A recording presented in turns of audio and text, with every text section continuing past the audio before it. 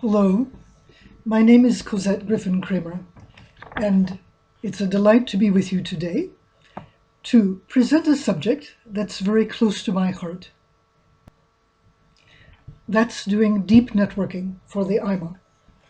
Now, AIMA members include individuals, museums in national networks, museums and associations in official ICOM networks whose communication is facilitated by ICOM support and regular meetings.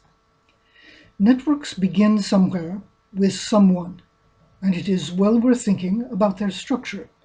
But first, some examples from recent AIMA experience. Now, please brace yourself for the next two slides, as it should be bewildering, a bit confusing, and it's meant to be, because there are so many partners.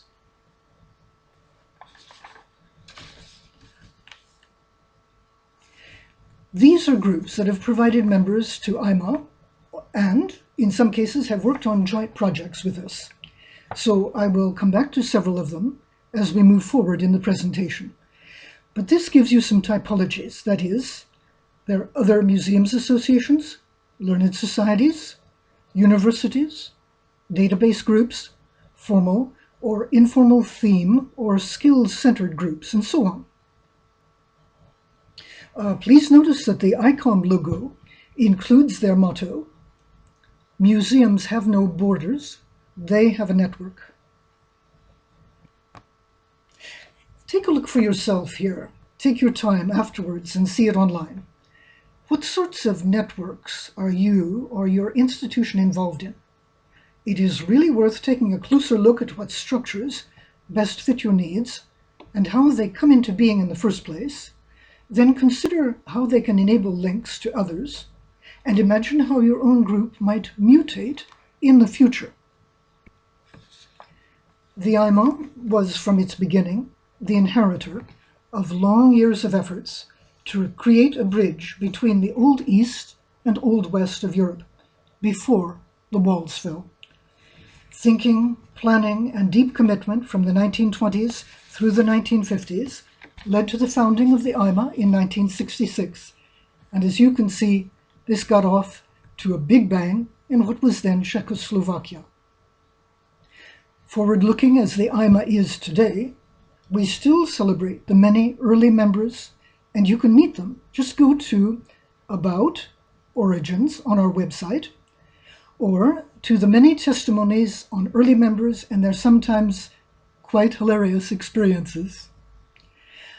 AIMA networking inspired national networks in various countries, and was even the driver in creating new national associations to enable international participation, just as we hope today to inspire new members beyond Europe to create museums or collections, or invent a world of agricultural collections in new forms.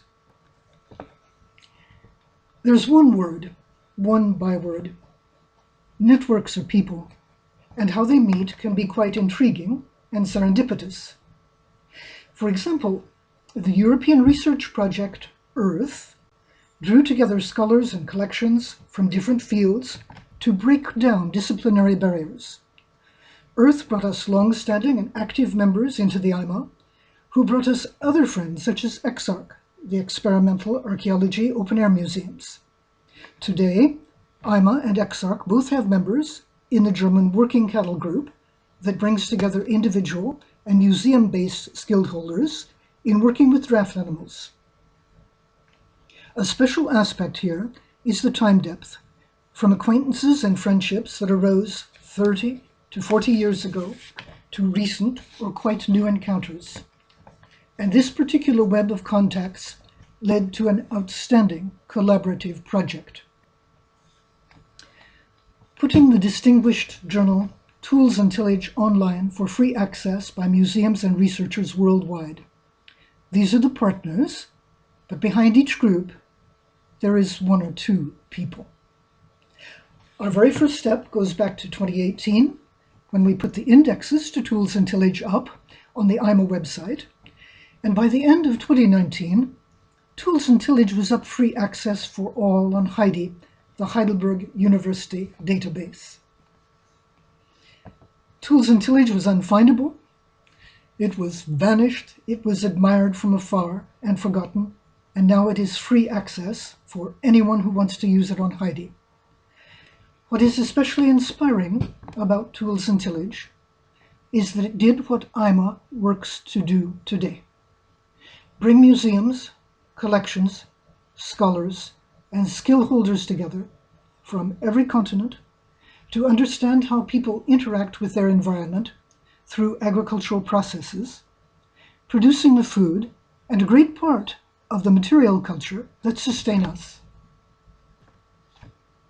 AIMA and our partners remain both connected and very free agents, although we now have a long history of sharing help, advice, and members.